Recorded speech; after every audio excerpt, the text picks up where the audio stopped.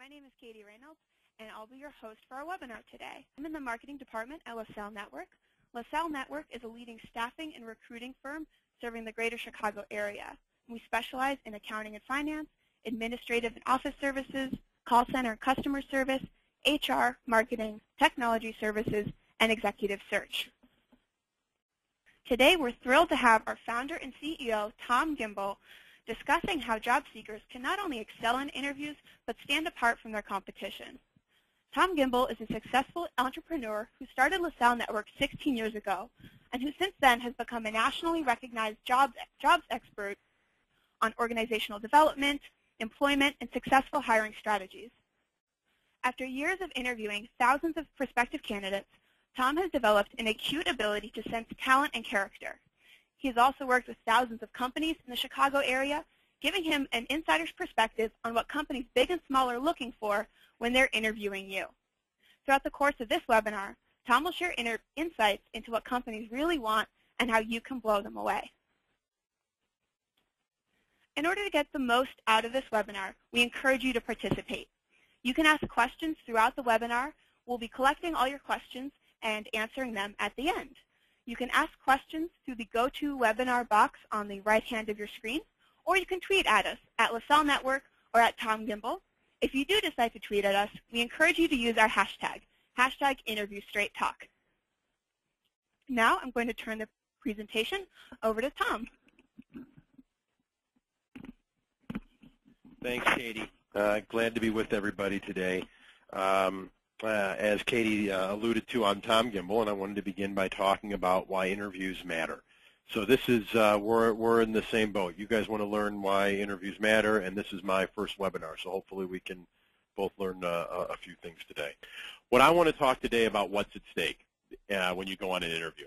The opportunity to show that you fit in with the culture, and the fact that most people are thinking they want to say what the interviewer wants to hear, and which is important. However, at the same time, you have to be yourself. If you're not yourself and you get a job offer, that's usually the #1 reason why positions don't work out and there's a low satisfaction rate of employee-employer relationships. So an agenda we're going to run through and then get into the specifics. But the 6 real main topics that I want to talk about during the webinar today is, #1, going the extra mile. #2, first impression. #3, common mistakes. #4, answering questions. #5, asking questions. And #6, following up. You may be looking at these and saying, these are so basic. The fact of the matter is they are the most commonly made mistakes during the interview process, and it's the #1 reason why people don't get the jobs they want are by missing out on the basics.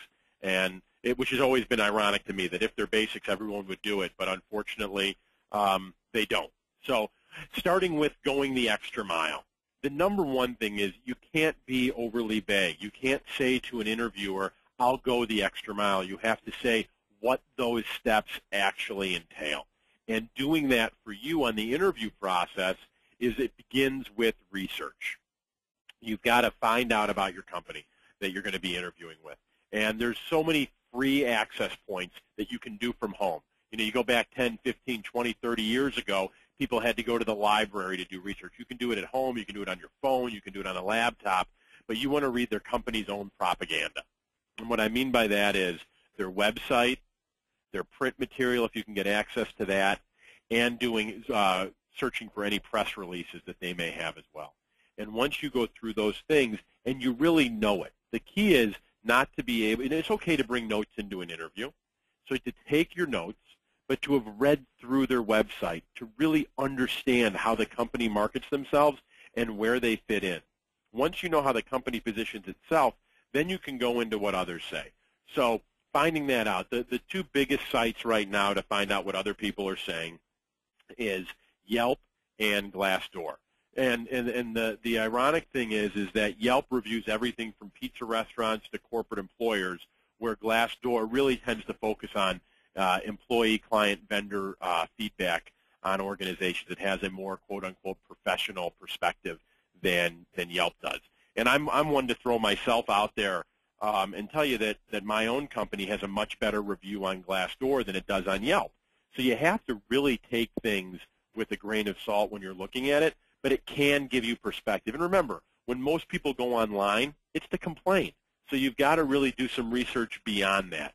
With the power of LinkedIn, you can find out if you have any friends or business acquaintances, first, second, third, and so on, connections degrees away of people who've worked there, and ask them for their feedback. But really, my overwhelming advice is once you get this, you need to make your own determination on the company. Just because your brother, sister, friend, cousin worked at a company and didn't like it doesn't mean you won't. And every relationship with every manager is different, and you have to give yourself the opportunity. And then when you're going into that interview, you have to view it like you're making a presentation, because you are. And whether you're going in for an accounting position, whether you want to be a therapist, whether you want to be in human resources or marketing, you've got to view it that you're making a presentation on the topic you know best, you. So you need to be very self-aware about that.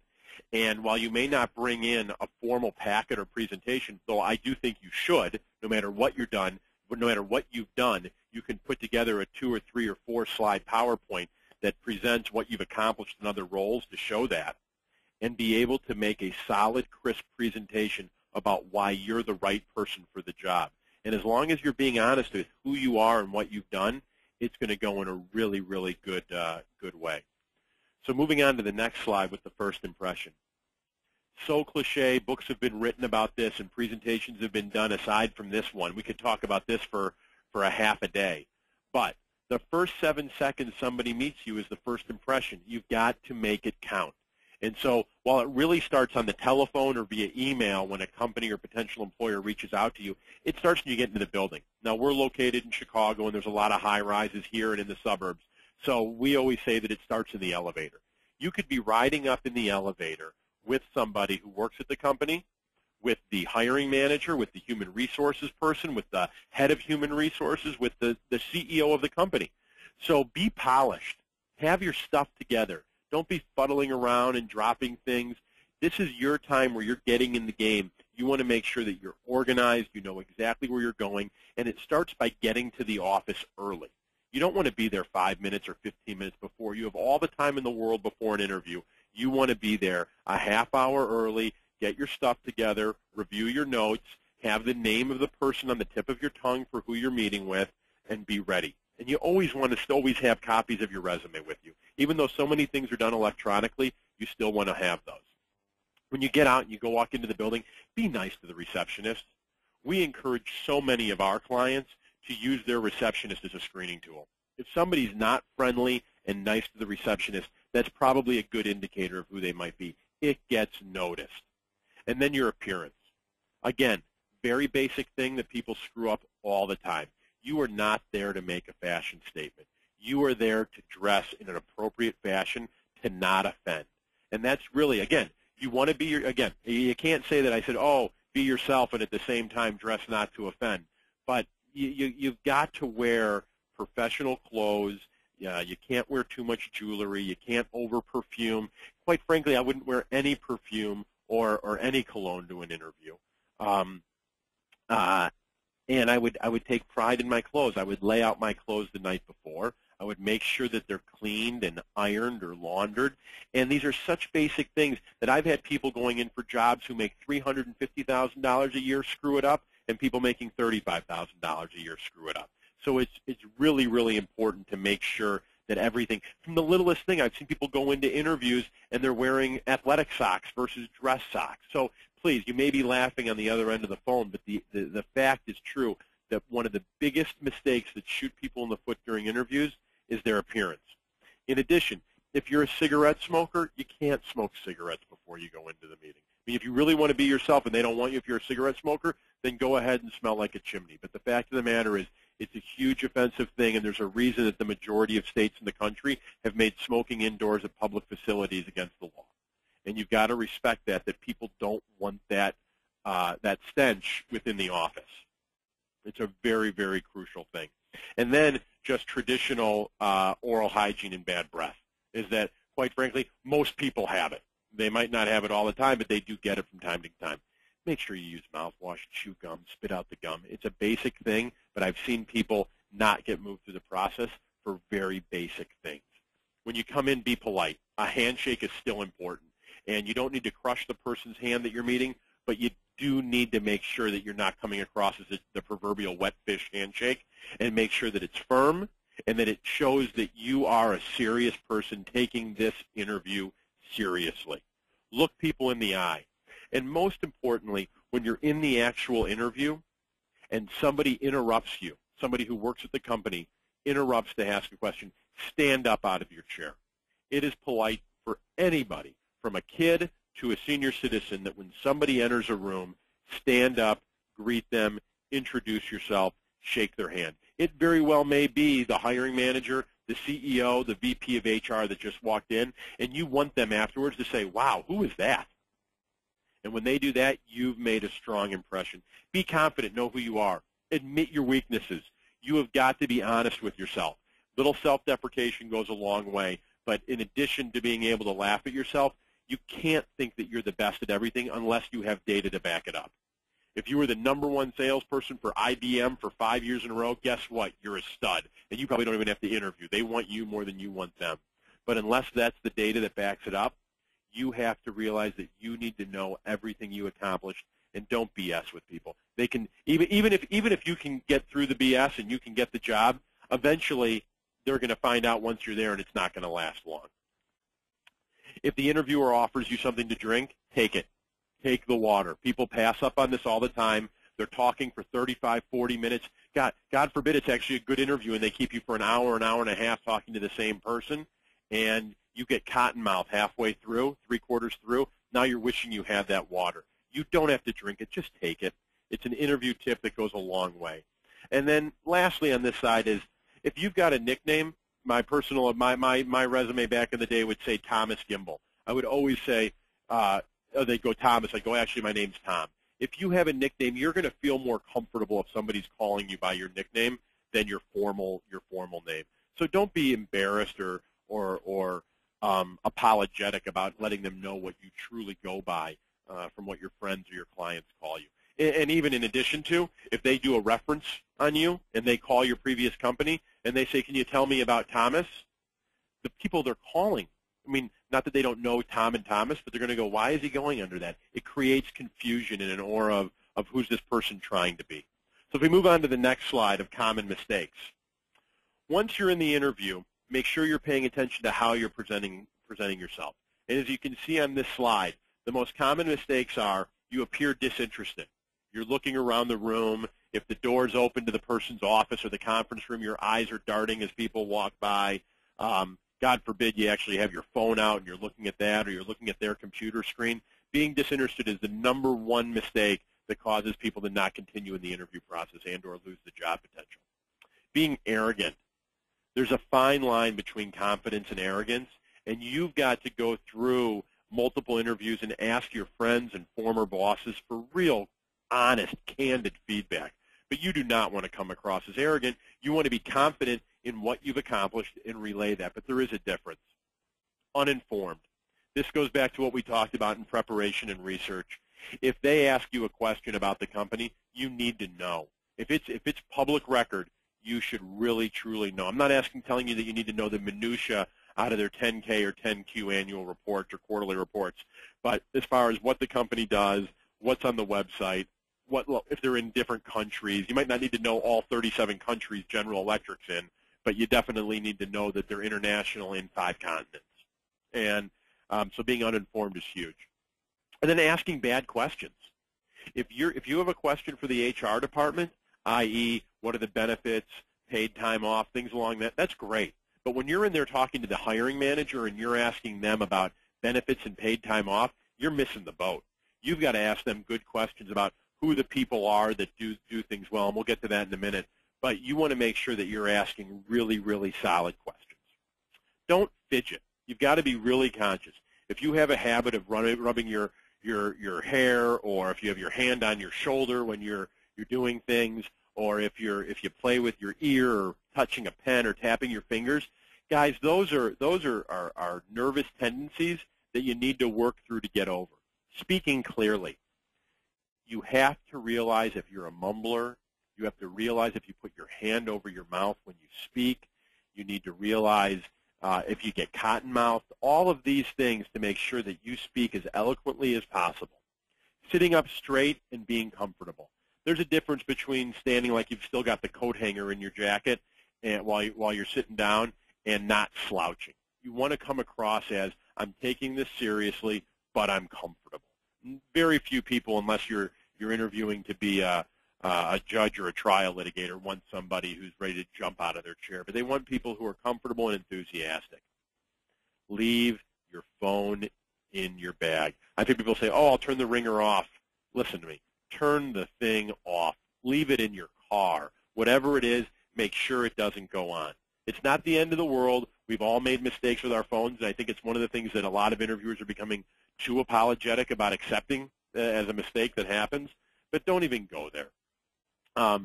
And so I think if you can not fidget, you don't bring out any extracurricular phones and smartphones and all that stuff, I think you'll be in a really good place.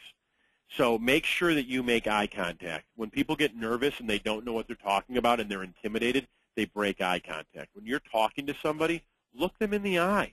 Feel confident in what you're talking about. Smile. People want to talk to somebody. We're not asking you to be the Joker from Batman and smile uncontrollably. What we're saying is don't be afraid to show that you're enjoying talking about business. You're interviewing to help this company. They want you to be excited about what you're interviewing for. One of the biggest cliches is people who fold their arms when they're talking. And the business books that have been written and the psychological books that have been written are, you're enclosing yourself and you're freezing out your audience. Don't fold your arms during the interview in front of your chest. You want to feel like you're open and you want to be relaying a message to the interviewer that you are an open book and you're sharing. It's actually okay to talk with your hands. Don't feel like it's not. If we move on to, well, hold on, before we get to the next slide. Thanks, Katie. It's important during your interview to not fall into a false sense of comfort, and that is both verbal and physical. So primarily I've been talking about the physical. I want to make sure that verbally you may be talking to somebody and the interviewer may use profanity. Two things I've seen that's happened in that. Number one, the interviewee immediately turns into being a truck driver and dropping F-bombs all over the place. And secondly, the interviewee is turned off by it. And my advice to you is don't let either of those happen. When the interviewer is using profanity, that's their personality. And quite frankly, I don't think it lacks professionalism. I think it smacks of reality.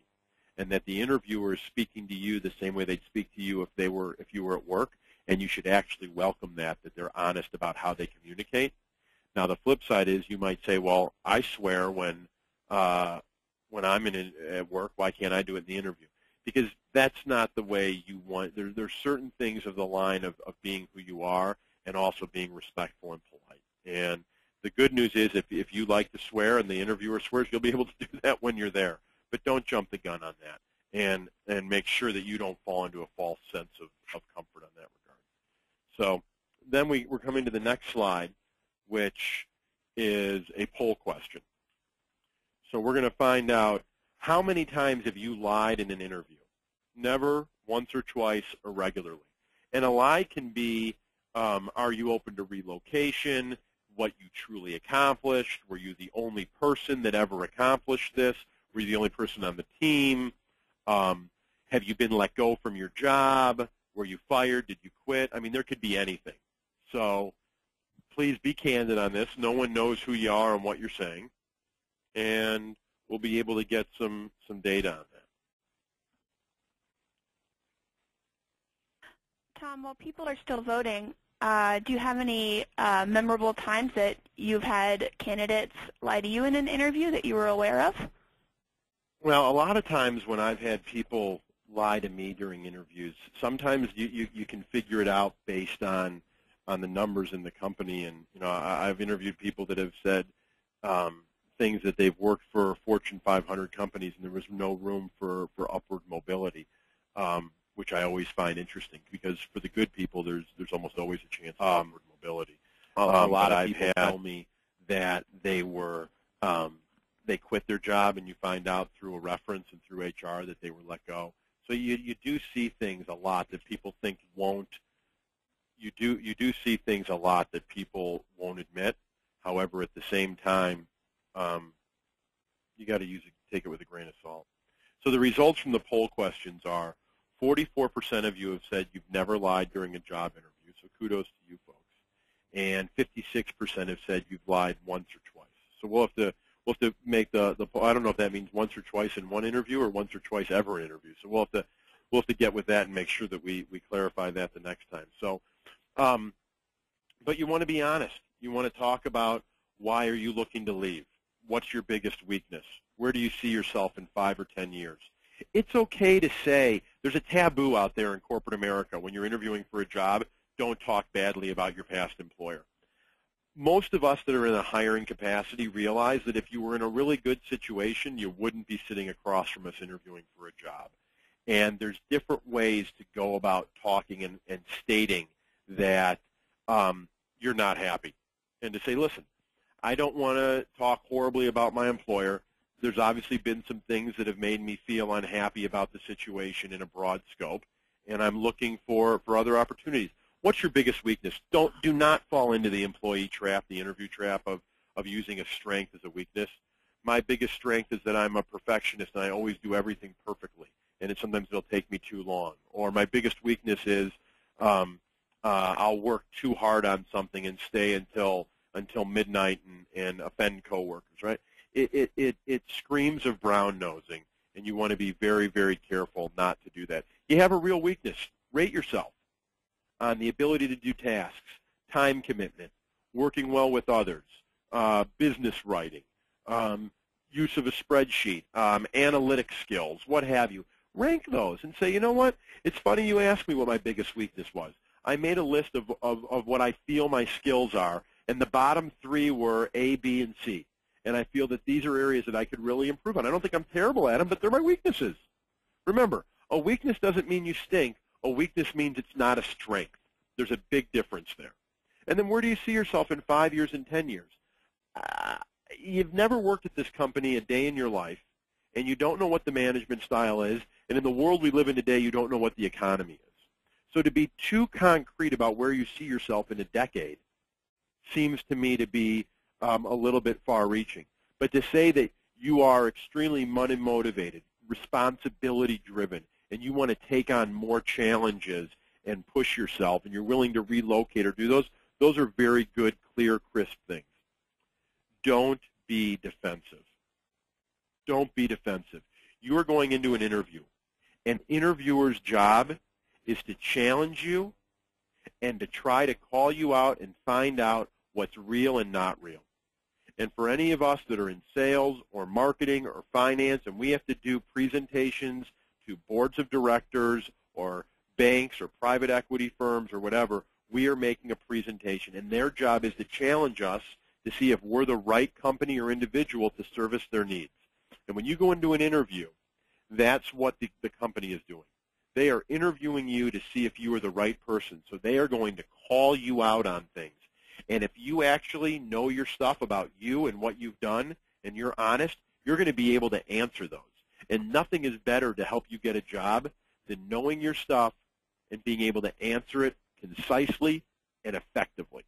The worst thing that can happen in an interview is when you get defensive. And they may ask you off-the-wall questions. They want to see how you respond. It's not necessarily what the answer is, it's what the response is to that question. If we go on to the next slide. So when it gets getting cold weather in Chicago, so I don't know where you guys are at. So anytime I see a picture of an airplane, it gets me excited that I'm actually going to be going someplace warm. But the real purpose of the airplane is to say, when I'm sitting across the table interviewing this person, will they pass the airplane test? And that is, do I want to sit next to you for 3 or 4 hours on an airplane when I can't escape, aside from going to the bathroom and taking a walk down a 2-foot wide aisle? Do I want to sit next to you for 3 or 4 hours and talk to you, most importantly about business, and secondly, socially?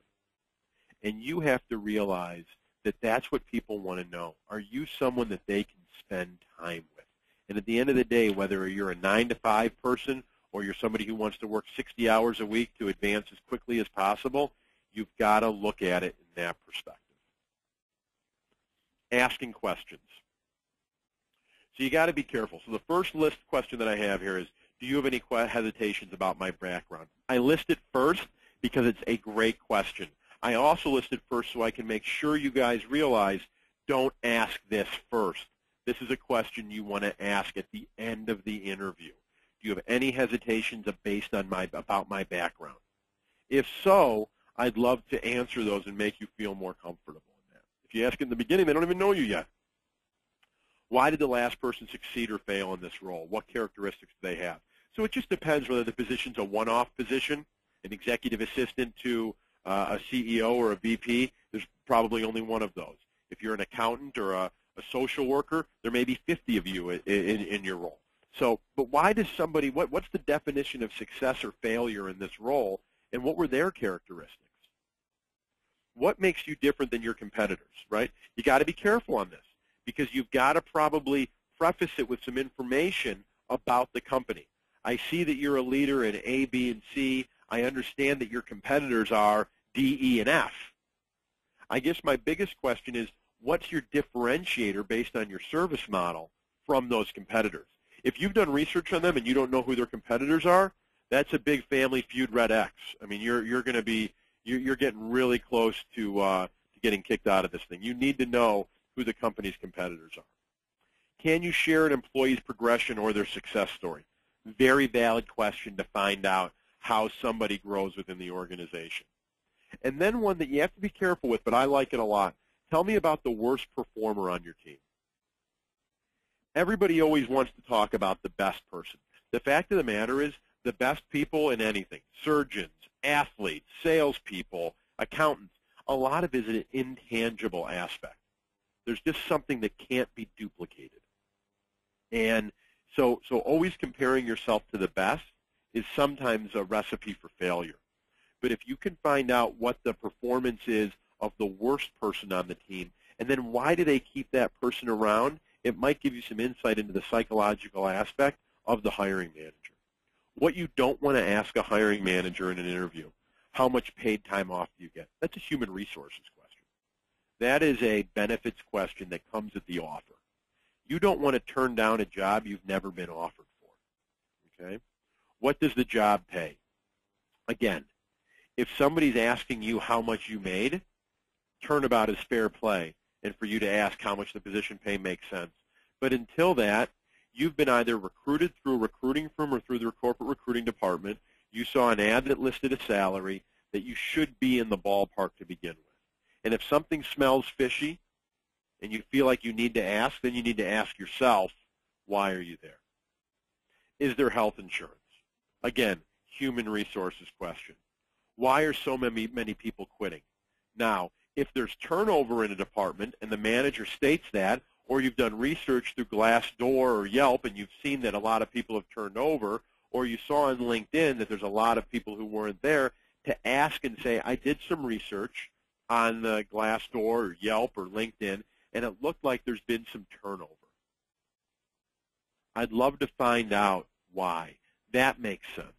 Again, a lot of times it's in the delivery of the message, not the message itself. Never ask what the company does. You should know that. You've done your research. Do you do background checks? Why are you nervous about that? How quickly can I get promoted? The fact of the matter is, are there clear benchmarks for success that I can track on in order to achieve promotions, right? What does a career track look like for somebody starting out in this role? Those are better ways to ask that same question. And when you do things this way, you're highlighting that you've already done research. Honest questions to get honest answers is a really, really good thing. Lastly, you want to make sure that you are asking the same questions to different people in the organization. I can't tell you how frustrating it is as a hiring manager to have somebody sitting across me, and usually I'm one of the, I do both. Sometimes I'll interview people first, sometimes I'll interview people last. But when I interview people last or midway through the process, and I ask them if they have any questions for me, and they say, no, I've asked everybody else all these questions, that's always a red flag to me, because you want to ask the same questions to different people in the hopes of getting the same answers. But when you get different answers, then you need to be able to draw your conclusions of why you're getting different answers. Make sure you ask the same questions to multiple people. Okay? We'll move on to the next slide. Follow-up. You have the traditional snail mail, email, and text message for most, and we could probably add in here Twitter as well, which I would say is a definite no-no. You don't want to go on somebody's Twitter and send them a tweet thanking them for a meeting. Number one, it's broadcast too publicly, and number two, it's not formal business etiquette. You don't want to do that.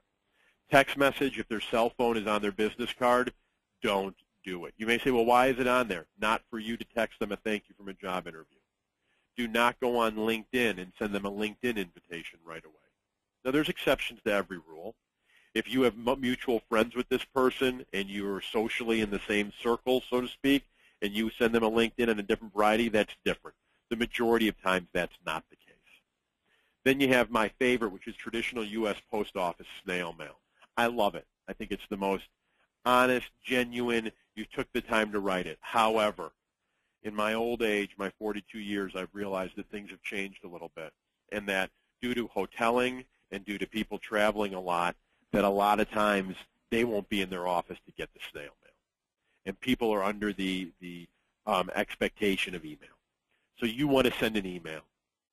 You want to, I'm a big believer, use first names, not Mr. or Miss. It's email and it's a little bit more casual. And you want to put you want to put dear or hi or hello. Make sure you use the right nickname for them. If somebody emails me, Thomas, they weren't listening to dialogue or what I said, because I usually refer to myself in one or two times so they know what I go by. So listen and pay attention to that. And then write a clear, concise email. Why you are good for the job. The biggest mistake people write in a thank you email and or live in the interview is when the employer says, tell me why you're right for this job, and they say, because I want to learn, because I'm a good person, right? Those aren't, it's good opportunity for me to grow.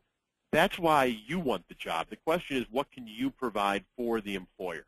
And you want to be able to say to them, I can do this for you. I can add value based on my experiences. I can cut costs for you based on my experiences. So address that in the email. And if you want to do a handwritten note in addition to the email, I have no problem with that. I think you do want to acknowledge that you sent the email as well, but a double dose of contact isn't a bad thing. So again, these are 6 basic steps, a lot of granular details there as well. Some of it you probably think about all the time. Others hopefully was at least a refresher. But if you do these things, you increase the odds of getting an offer exponentially. So I'm going to hand this back to Katie, and I appreciate you all for participating in the webinar. Thank you. We hope you enjoyed our webinar. We hope you've learned a lot, but if you want to have even more advice and information on how to excel in your next interview, you can download our interview prep brochure from the webinar landing page in order to have a handy copy of the lessons you learned here today. As Tom just covered, these are our main takeaways we hope that you've learned throughout the course of this webinar, and hopefully you know a little bit more about each of these key factors in preparing for an interview. We've got about 10 to 15 minutes left, so we're going to address the questions from many of our attendees. So one of our first early questions from one of our attendees, coming to you, Tom, is from one of our listeners who said, how do you handle a difficult prior job situation? This attendee was fired for a job from trying to read an ebook he thought would make him a better employee, and he felt obligated to stay in the office, but the CEO thought it was unacceptable and terminated him immediately. So I think if you want to speak to how do you handle that in an interview going forward? I think you want to be honest. I think you need to find out and make sure you have to validate your references, right? So you need another big mistake people do in interviews is they don't talk to their references in advance and know. So if you were at a job for less than a year, I can't be any more direct with you in saying you may not have a good reference. That companies like people who've been there for a long time. Now, they're not. I don't think companies usually lie or say anything mean, but it's hard to get people to be responsive of references if you haven't been there. So don't be a job hopper. But assuming that you were there for a while and you did good work, you want to ask your references, what will you say about me as a professional? And then when you go into the interview and they say, why aren't you at that company anymore, say, you know what? I was the only person on the job at that point in time. There was nothing going on. I was reading a book about my job, and I think my manager had an axe to grind, and it was a good excuse to get rid of me. I don't want to come across bitter. Maybe there were performance issues that they didn't share with me, but the reason they gave me was for reading a book while I was working. And I've learned my lesson. Believe me, I'm never going to make that mistake again, but that's the honest truth. If you own it, people respect that. All right, we've got another question from one of our attendees. They say they have a history of consulting for the past 7 years in the interim of seeking permanent work. And so how can they explain in their interviews that they're stable and ready for permanent work going forward? They worry that at times having this background of consulting would make a hiring manager question their capabilities. The real issue when it comes to consistent consulting experiences is how long the engagements were. So a lot of times people misuse the consulting for word or description for what they were doing. So if you were consulting and the engagements were continuously for 6 months or longer, and you can elaborate about the specific assignments on your resume and in person, that goes to state your case very well. If every single consulting assignment was a month or 2 months, there's going to raise into question of why were they not stable. The bigger question is, why do you want to do permanent work now versus doing consulting? And if you're candid and honest about that and tell the truth, then I believe that you're going to have great feedback. I've seen companies all the time hire people who've had consulting backgrounds. We have another attendee saying they made a bad first impression during their first interview. What's the best way that they can recover from making that bad first impression? So in the early stages of my career, we actually had that happen. A woman, young lady came in, 20-something, to interview, and she had a horrible first interview. And she called up, and they said they're not interested, and she acknowledged it. She said, such and such to my boss, I know my first impression was bad. I'd had the flu the week before. I had a terrible day at work that day. I showed up because I didn't want to miss the interview, and I know I made a terrible first impression. I have the hard skills and the experience where I know I can effectively help your company. Can I please get the second chance to come in and interview with you again? State the facts, why it was a bad interview, what your qualities are that are going to allow you to make a positive impact on the company, and may you please get an opportunity to come in and make another impression. All right, I think that's all the time we've got for questions. Thank you, everyone, so much for joining. We hope you enjoyed Interview Straight Talk. If you would like to watch our webinar again, we will be able to send the recording out after the webinar is over. If you want even more interview tips and job search advice, you're welcome to follow us on Twitter at one of our 2 Twitter accounts, at LaSalle Network or at Tom Gimbel. You can also follow us on Facebook, LinkedIn, or Google+. Thanks so much.